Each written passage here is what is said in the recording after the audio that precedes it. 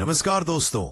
Covid से पहले तक हर एक फ्रेंड ग्रुप का एक ड्रीम होता था कि एक दिन पूरा ग्रुप गोवा जाएगा। 90s से ही गोवा की ट्रिप मिडिल क्लास और खासकर यंग क्राउड की एक बहुत बड़ी एस्पिरेशन रही है। लेकिन आज वही लोग गोवा की जगह वियतनाम, थाईलैंड और सेंट्रल एशिया की ट्रिप प्लान कर रहे हैं।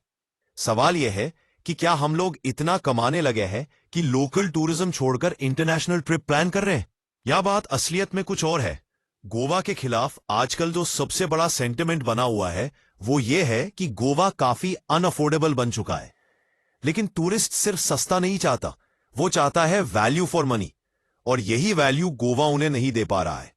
इस वीडियो में हम आपको 5 ऐसे कड़वे सच दिखाएंगे जो गोवा के पतन की असली कहानी बताते हैं।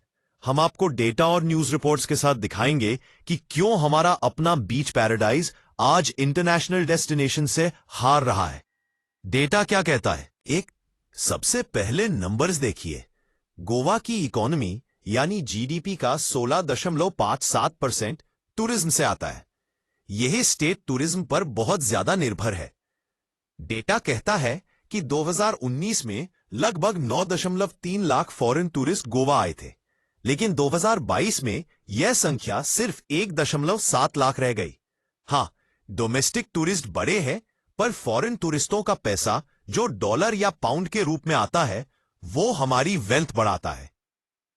लेकिन कोविड के बाद यह संख्या अब तक 2019 के स्तर पर नहीं लौटी है। वही अनऑफिशियल डेटा जैसे सोशल मीडिया रिपोर्ट्स ये दावा करते हैं कि गिरावट और ज्यादा है। टैक्सी माफिया और वैल्यू फॉर मनी का खत्म होना। गोवा के खिलाफ सबसे बड़ी शिकायत है टैक्सी माफिया। गोवा में ओला और उबर नहीं चलती। वहां एक सरकारी ऐप है जिसका नाम है गोवा माइल्स। पर्यटकों का कहना है कि यह ऐप ठीक से काम नहीं करता, और अगर किसी तरह कैब मिल भी जाए तो एयरपोर्ट या स्टेशन से बाहर आते ही आपको दूसरी टैक्सी में बैठने के लिए मजबूर किया जाता है और मनमाने दाम वसूले जाते हैं। यह वैल्यू फॉर मनी का सबसे बड़ा दुश्मन है। अब बात करते हैं महंगे होने की। होटल्स, टैक्सी, फ्लाइट सब कुछ महंगा हो चुका है। रिसर्च बताती है कि वियतनाम का डानान शहर का 5 स्टार रेडिसन होटल गोवा के 4 स्टार रेडिसन होटल से भी सस्ता पड़ता है। जब फ्लाइट्स के थोड़े से एक्स्ट्रा खर्चे पर आपको इंटरनेशनल डेस्टिनेशन में बेहतर सुविधाएं, सस्ता रहना और टैक्सी माफिया से मुक्ति मिलती है, तो कोई क्यों गोवा आएगा? अपराध, स्कैम और असुरक्षा का माहौल। गोवा की छवि सिर्फ महंगाई से नहीं, अपराध से भी खराब हो रही है। हाल ही में एक घटना हुई। आंध्र प्रदेश के एक टूरिस्ट भोला रवि तेजा नॉर्थ गोवा में डिनर करने गए। रात 12 बजे के बाद एक्स्ट्रा चार्ज को लेकर बहस हुई और रेस्तरां के एक वर्कर ने भोला को इतना पीटा कि उनकी मौके पर ही मौत हो गई। क्या ये एक टूरिस्ट फ्रेंडली स्टेट की निशानी है? अब देखिए छोटे छोटे स्कैम। कई रिपोर्ट्स में यह सामने आया है कि चेक इन के दौरान फ्री अपग्रेड का झांसा दिया जाता है और चेकआउट पर कहा जाता है कि इस दुनिया में कुछ भी मुफ्त नहीं है, पैसे दो। इसी तरह विदेशियों को देखते ही डबल ट्रिपल कीमत बताना यहां का आम कल्चर बन गया है।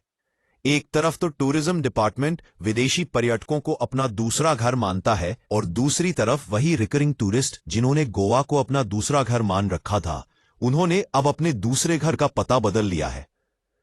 सिगरेट, बोतल और गटर की कहानी। अब बात करते हैं हमारी यानी आम भारतीय टूरिस्टों की।